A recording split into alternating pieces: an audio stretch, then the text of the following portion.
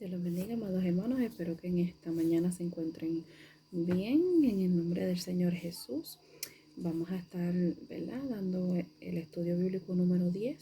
La semana pasada estuvimos hablando de cuando el enemigo se levanta en nuestra contra, cuando nosotros trabajamos para el Señor, ¿verdad? Pero también pudimos ver cómo el Señor, a pesar de que el enemigo se levanta, el Señor siempre está en medio nuestro, ¿verdad? Y nos respalda en todo momento. En esta semana, ¿verdad? Nos dice, ¿verdad?, que sería imposible llevar a cabo la gran comisión sin el favor del Señor. Se necesita una gracia especial para dedicar la vida al servicio en cualquier ministerio.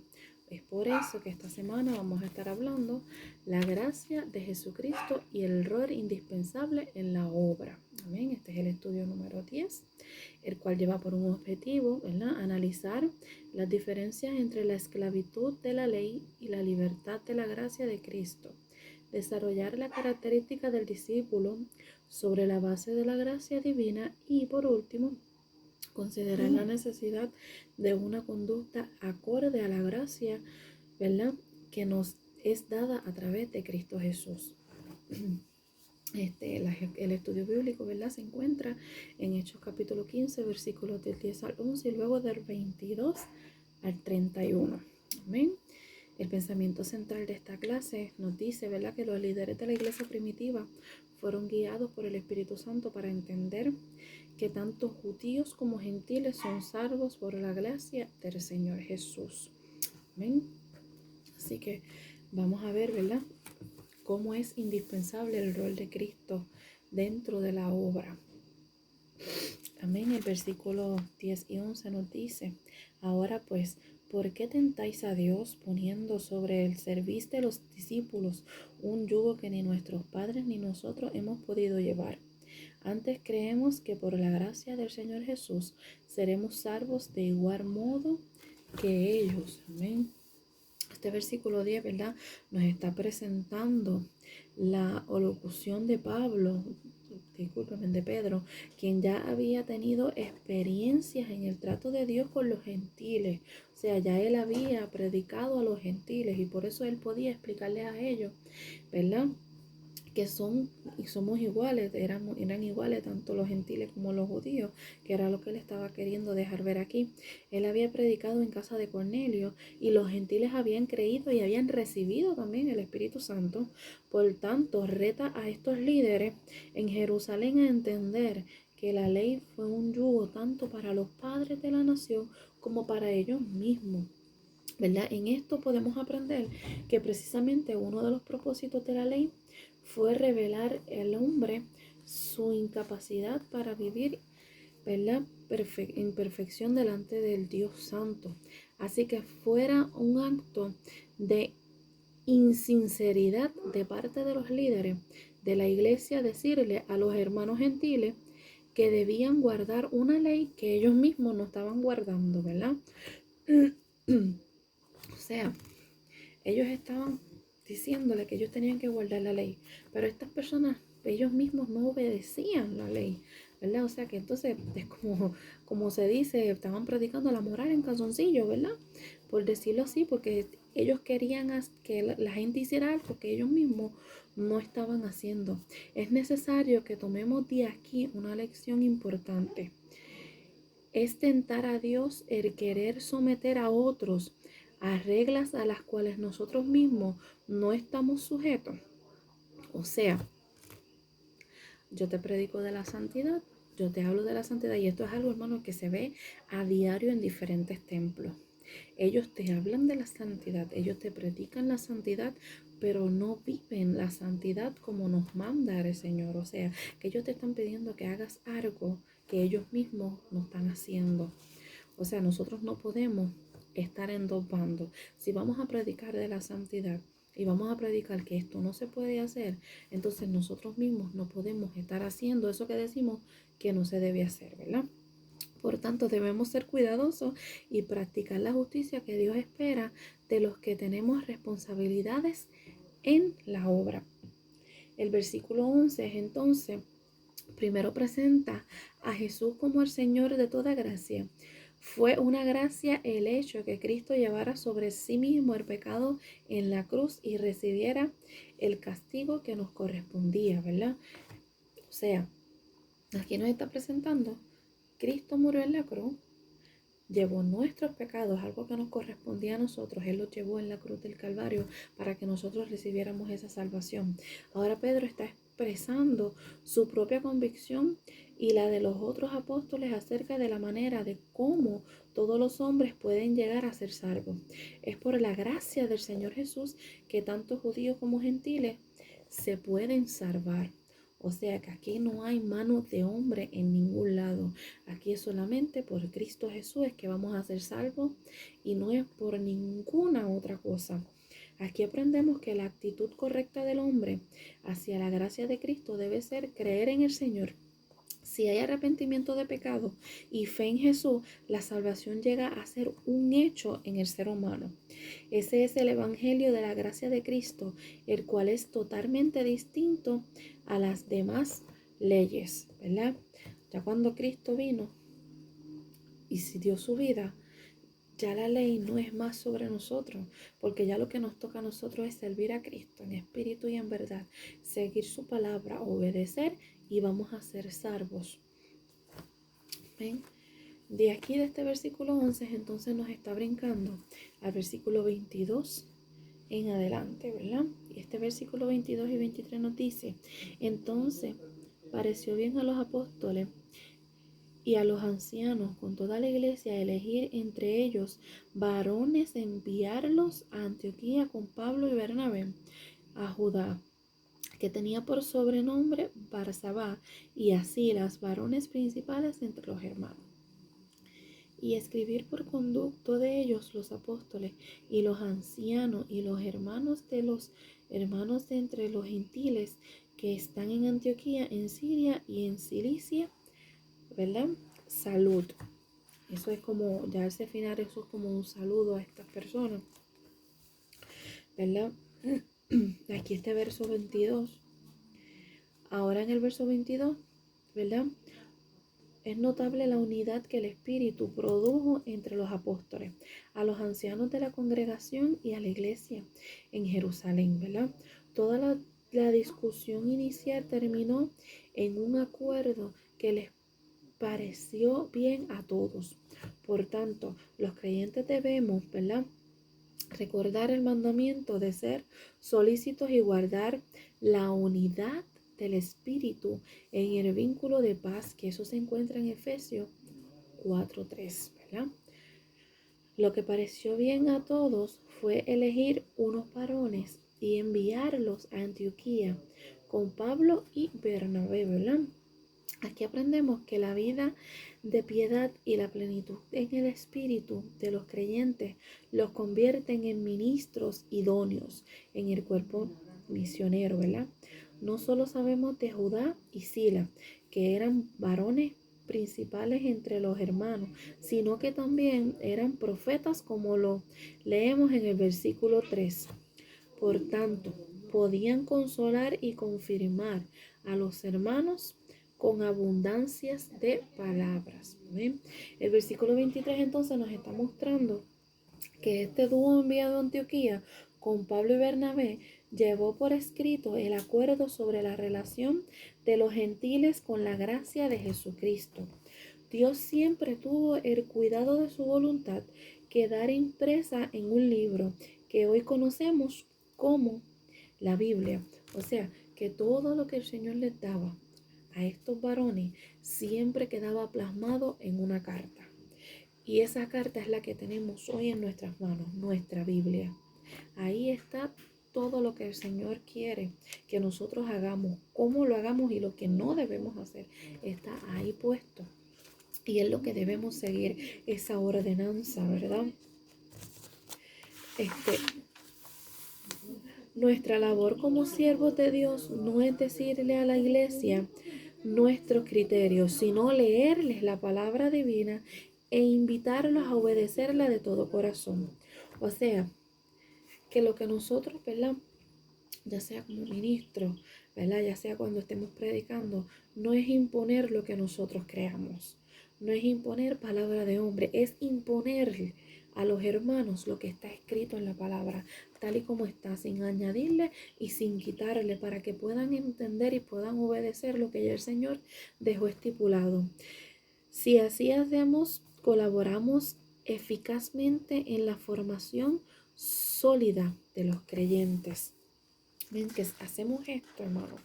Entonces, los nuevos creyentes que están entrando, los que no conocen de la palabra, entonces van a entender, y entonces nosotros estamos ayudando y estamos aportando a su crecimiento espiritual. ¿A través de qué?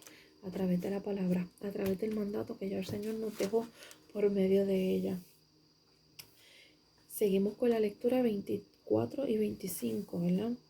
Que nos dice así: por cuanto hemos oído que algunos que han salido de nosotros, a los cuales no dimos órdenes, os han indicado con palabras perturbando vuestras almas, mandando circuncidaros y guardar la ley. Nos ha parecido bien, habiendo llegado a un acuerdo, elegir varones, enviarlos a vosotros con nuestros amados Bernabé y Pablo. Aquí estamos viendo donde el enemigo también se quiso meter en la obra, ¿verdad? Y cuando ellos estaban predicando una cosa, el enemigo metió a otras personas a tratar de desviarlos de lo que ya el Señor había estipulado. Este verso 24, ¿verdad?, nos está revelando la amenaza que padece la doctrina de la gracia a manos de inescrupulosos que luchan contra ella. En la carta enviada a los gentiles se nota la autoridad con que los líderes de la iglesia condenaron la conducta de los falsos maestros. Y aquí empezamos a ver cómo el enemigo utilizó estos falsos maestros para tratar de desviar a estas personas de lo que ya el Señor había hecho por medio de los hermanos que habían predicado, ¿verdad? Aquí entonces le están diciendo, no hagas caso a esto, y ahora tienen que bregar con lo de la ley. Hermano, eso es lo que estamos viendo hoy día. Nosotros estamos yendo por un camino y estamos predicando la palabra de verdad, pero hay otras congregaciones que lo que están haciendo es que lo que nosotros enseñamos están tratando de desviarlos del camino correcto. Amén. No quiero abundar mucho en esto porque yo no soy una persona de las que le gusta tirar a otros templos, ¿verdad?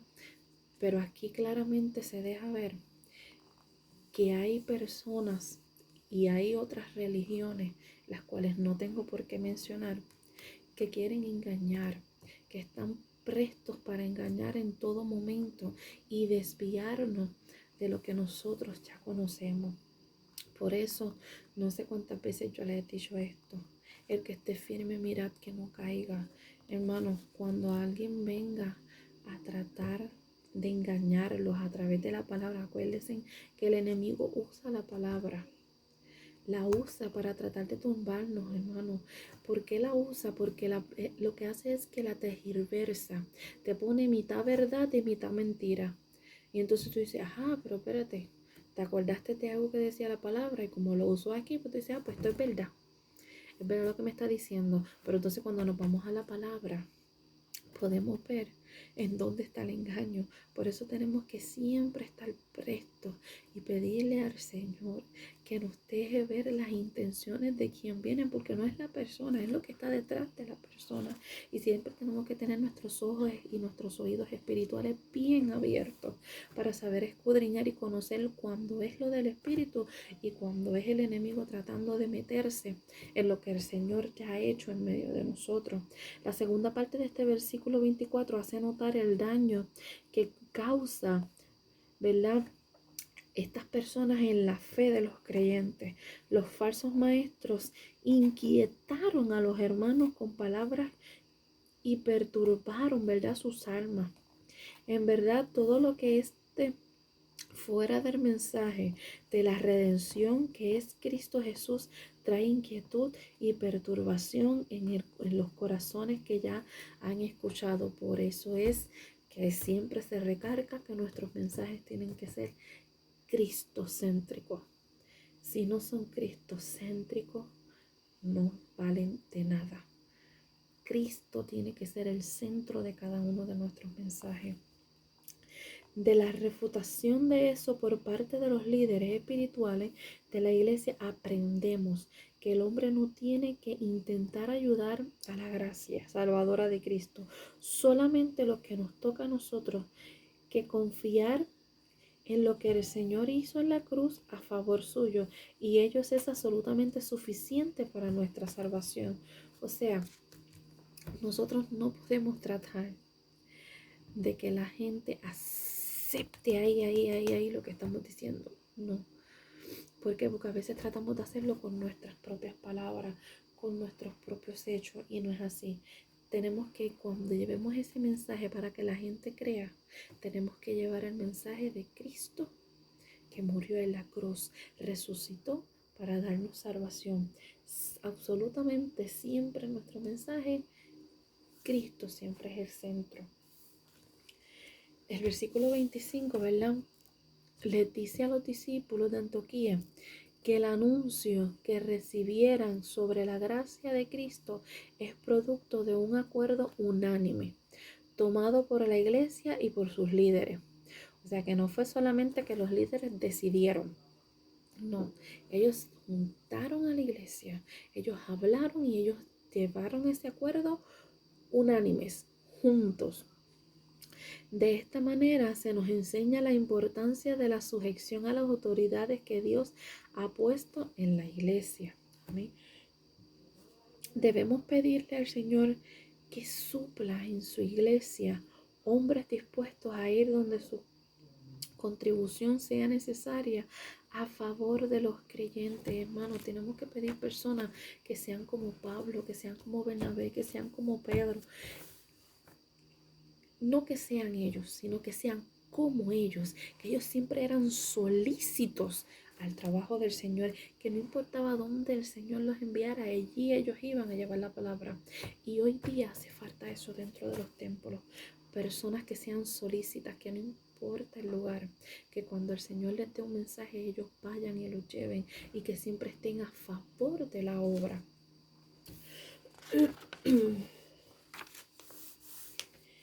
Versículo 26, 27 nos dice: hombres que han expuesto su vida por el nombre de nuestro Señor Jesucristo. Así que enviamos a Judá y a Sila, los cuales también de la palabra os harán saber lo mismo. Estas eran personas que creían lo mismo. Ellos sabían que estos dos hombres iban a seguir predicando lo que ya ellos habían predicado, que no iban a cambiar el mensaje. Nos presenta a Bernabé y a Saulo como obreros abnegados por la causa del Evangelio. Lucas nos dice que ellos habían expuesto su vida por el nombre del Señor Jesús. Cristo prometió que cuando el Espíritu Santo viniera sobre sus discípulos, llegarían a ser testigos de Él desde Jerusalén y hasta los últimos de la tierra. Y eso se encuentra en Hechos capítulo 1, versículo 8. También les dijo a sus discípulos que los enviaba como corderos en medio de lobo. Y eso, no sé cuántos los han leído, eso está en Lucas 10:3. Por tanto, los ministros del Nuevo Testamento supieron que les podrían venir persecución y hasta amenaza de muerte y de parte de los enemigos de la fe. Esa es la realidad que ellos enfrentaron y es la realidad que estamos enfrentando hoy. Vuelvo y les digo lo que les dije la semana pasada. Este camino nos va a ser color de rosa. A nosotros nos van a tocar pasar por espinos, nos va a tocar pasar por caminos llenos de pedregales, nos vamos a jaspar nuestras rodillas. Pero hermano, es necesario. ¿Por qué? Porque ahí, a través de esa persecución, a través de esos tropiezos, vamos a ver la gloria de Dios. Así como estos hermanos la vieron. No podemos desmayar en nuestra fe. Debemos seguir creyendo que cuando el Señor nos envía, Él va a estar con nosotros. Por tanto, debemos asumir actitud de abnegación y estar dispuestos a continuar con la obra que el Señor nos ha encomendado a pesar de las acechanzas del enemigo. No importa que se levante el enemigo, nosotros tenemos que seguir caminando y seguir haciendo la voluntad del Señor. el versículo 27 se presenta la ayuda de Judas y Silas como compañeros de Pablo y Bernabé. La enseñanza es que hay ciertos tipos de trabajo en la viña del Señor que no lo puede realizar uno solo. Por ejemplo, Felipe predicó solo en Samaria, pero en un momento de avivamiento hizo falta la colaboración de otros ministros. Y eso lo pueden leer luego en Hechos capítulo 8, versículos 14 y 15. Ahora aquí vemos que se integra Judas y Silas. Estas personas son útiles para colaborar en la obra que hacían Bernabé y Saulo. ¿Por qué? Porque eran personas que llevaban el mismo mensaje de Bernabé y Pablo, ¿verdad? La función inicial de estos hermanos allí estaba indicada en el versículo 27. Debían corroborar de palabras lo que se decía por escrito en la carta enviada desde Jerusalén. Esto es sin duda un trabajo importante en la obra del Señor, ¿verdad? ¿Por qué? Lo que ellos estaban enviando por medio de carta, ellos tenían que ir a decirlo personalmente, porque muchas personas, ¿verdad? Hoy en día, y esto es algo triste decirlo así, pero lo estamos viendo en este versículo. Hay personas hoy día que tú les puedes escribir un mensaje de texto, le puedes escribir, como hicieron aquí, una carta, la leen y muchas veces no la creen. Entonces el Señor tiene que enviar una persona visible que les hable y les diga para que ellos puedan entender con exactitud lo que quería decir esa carta, lo que quería decir ese mensaje escrito, ¿verdad? Y eso era lo que estaba sucediendo aquí, para que ellos creyeran con más énfasis. Entonces enviaron estas personas para que las vieran ahí y que les dijeran lo mismo que decía en la carta, que se lo volvieran a repetir. Luego sabemos, ¿verdad?, que a Silas le pareció bien quedarse más tiempo en Antioquía. De seguro, su esfuerzo y favor de los creyentes fue de un gran provecho para la iglesia en aquellos tiempos, ¿verdad? Vemos que Silas decidió quedarse en aquel lugar, ¿verdad? Porque le gustó hacer el trabajo del Señor y dijo, espérate, que aquí es que yo me voy a aprovechar, yo me quedo aquí y sigo haciendo el trabajo y la encomienda que el Señor puso en mis manos. Versos 28 y 29 nos dice, porque ha parecido bien al Espíritu Santo y a nosotros no imponernos ninguna carga más que estas cosas necesarias, que os abstengáis de los sacrificados a ídolos, de sangre, de ahogado y de fornicación, de las cuales cosas, si os guardareis bien haréis, pasadlo bien. Bueno, ahora voy a entrar aquí en unas cositas, ¿verdad? En estos versículos se entran en ciertos términos en los cuales quiero que entiendan. Es la palabra del Señor. Amén. No quiero que vayan a malinterpretar, no quiero que vayan a entender que se le está tirando a alguien. No, yo les voy a explicar a través de lo que está aquí en el estudio de estos versículos. Amén. Este versículo 28, ¿verdad?, nos hace saber que hubo un parecer común para el acuerdo que se envió a los hermanos. El primer sentir fue del Espíritu Santo. Pareció bien al Espíritu primero y luego a los líderes de la iglesia. ¿Qué nos quiere decir esto? Que siempre que vaya a suceder algo dentro del templo, dentro de la obra del Señor, el sentir lo va a dejar saber el Espíritu Santo. Nosotros vamos a saber cuando es cosa de hombre o cuando es cosa del Espíritu, por medio del mismo Espíritu Santo. El hecho de no poner el yugo de la ley sobre los creyentes gentiles, debemos entender que la dirección del Espíritu Santo es determinante en el avance de la obra en todo tiempo y en todo lugar. Siempre que vayamos a hablar, siempre que vayamos a predicar, siempre el Espíritu Santo es quien va a dejar sentir a las personas, ¿verdad?, lo que nosotros estamos llevando. Él siempre está dispuesto a mostrar la voluntad de Dios a la iglesia, ¿verdad? Debemos tener una actitud humilde en todo momento. Esto también se dijo en las otras clases. Y así poder percibir la voluntad divina. Es peligroso para la estabilidad de la obra proceder únicamente por nuestros propios sentidos, ¿verdad? Por nuestros propios sentidos. Vuelve aquí, nos habla de la humildad. No podemos exaltarnos en ningún momento. No importa lo que el Señor te mande a hacer. La gloria es de Dios, la gloria no es de nosotros. ¿Ven? El versículo 29 conlleva evitar la carga innecesaria de la ley. Solamente los gentiles deberían guardar 4 cosas necesarias, las cuales también eran parte de la ley. O sea, estas 4 cosas de las cuales está hablando aquí son 4 cosas que estaban en la ley, pero que todavía a nosotros estas tenemos que guardarlas. Ellos incluían que los hermanos gentiles se abstuvieran de comer alimentos, ¿verdad?, que hubiesen sido sacrificados a ídolos. Igualmente deberían evitar comer la sangre de los animales, así como de comer animales ahogados, y deberían apartarse de la fornicación.